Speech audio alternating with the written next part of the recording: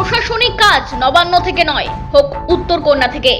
এই দাবি সহ 12 দফা দাবি নিয়ে পথে নামলো অল ইন্ডিয়া ইমাম অ্যাসোসিয়েশন উত্তরবঙ্গ শাখা।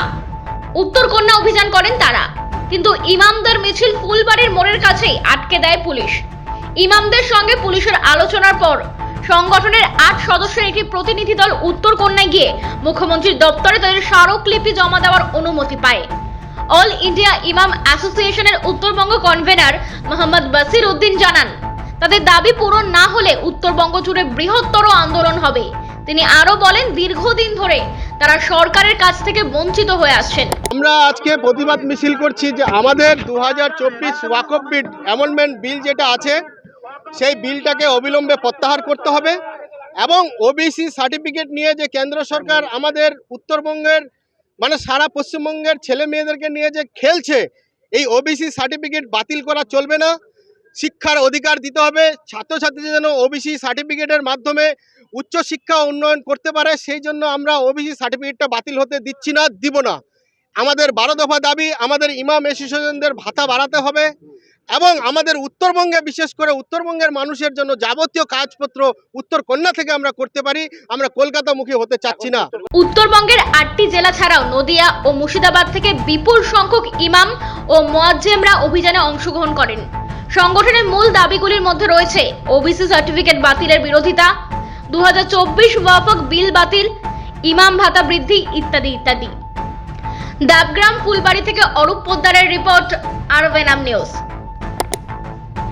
শিবরাত্রির সকাল থেকেই প্রতিটা মন্দিরে ভিড় জমতে শুরু করেছে ভক্তদের। একই চিত্র ফুটে উঠেছে উত্তর পূর্ব ভারতের অন্যতম ঐতিহ্যবাহী শিবতীর্থ জল্পেশ মন্দিরে। ড্রোন দিয়ে চলছে নজরদারি। উল্লেখ্য, উত্তরবঙ্গের প্রাচীনতম শৈব তীর্থগুলির মধ্যে অন্যতম হল জলপাইগুড়ি জেলার ময়নাগুড়ি ব্লকের ঐতিহ্যবাহী জল্পেশ মন্দির। শিবরাত্রি উপলক্ষে পুজো দিতে প্রতি বছর উত্তরবঙ্গের বিভিন্ন জেলা, পার্শ্ববর্তী রাজ্য আসাম এবং প্রতিবেশী দেশ নেপাল, বাংলাদেশ থেকেও দলে দলে পুণ্যার্থীরা জল্পেশ মন্দিরে আসেন।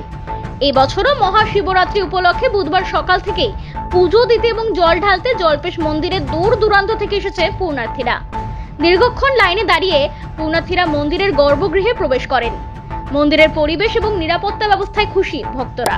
অসম্ভব ভিড়, তার মধ্যেও খুব সুন্দর সুব্যবস্থা আছে। সেই ব্যবস্থার মাধ্যমে প্রত্যেকে সারিবদ্ধভাবে সুন্দরভাবে পুজো দিতে পারছে এবং কমিটি খুব ভালো ব্যবস্থা করেছে। ড্রোনের মাধ্যমে সব কিছু দেখার ব্যবস্থা করেছে। খুব সুন্দর ব্যবস্থা হয়েছে। পুলিশ কড়াভাবে নজরদারি আছে, পুলিশেরও নজরদারি ভালোই দেখতে পাচ্ছি আমরা। জানা যাচ্ছে এবছরের রেকর্ড সংখ্যক ভিড় যা ছাপিয়ে যাবে গতবারের সংখ্যাকেও। প্রতি বছরের মতো এবছরও 10 দিন ব্যাপী চলবে মেলা। বিভিন্ন রঙের আলোয় সাজিয়ে তোলা হয়েছে মন্দির। জলপাইগুড়ি থেকে টুপাইহর রিপোর্ট, আরবেনাম নিউজ। কলকাতায় ফের ভুয়ো কল সেন্টারের হদিশ। গার্ডেন রিচ থানা এলাকার আয়রন গেট রোডের হোয়াইট হাউস নামে একটি বিল্ডিংয়ে ভুয়ো কল সেন্টারে অভিযান চালালো পুলিশ। পুলিশের হাতে গ্রেপ্তার 4। ধৃতরা হলেন ইউসুফ খান, মুর্শিল খান, জাস্টিন পাল, মোহাম্মদ শাহরুখ নামের 4 যুবক। তাদের প্রত্যেকের বয়স 30-এর মধ্যে। ধৃতদের থেকে 1,18,00,000 টাকা সহ কিছু সোনার গয়না উদ্ধার করা হয়েছে।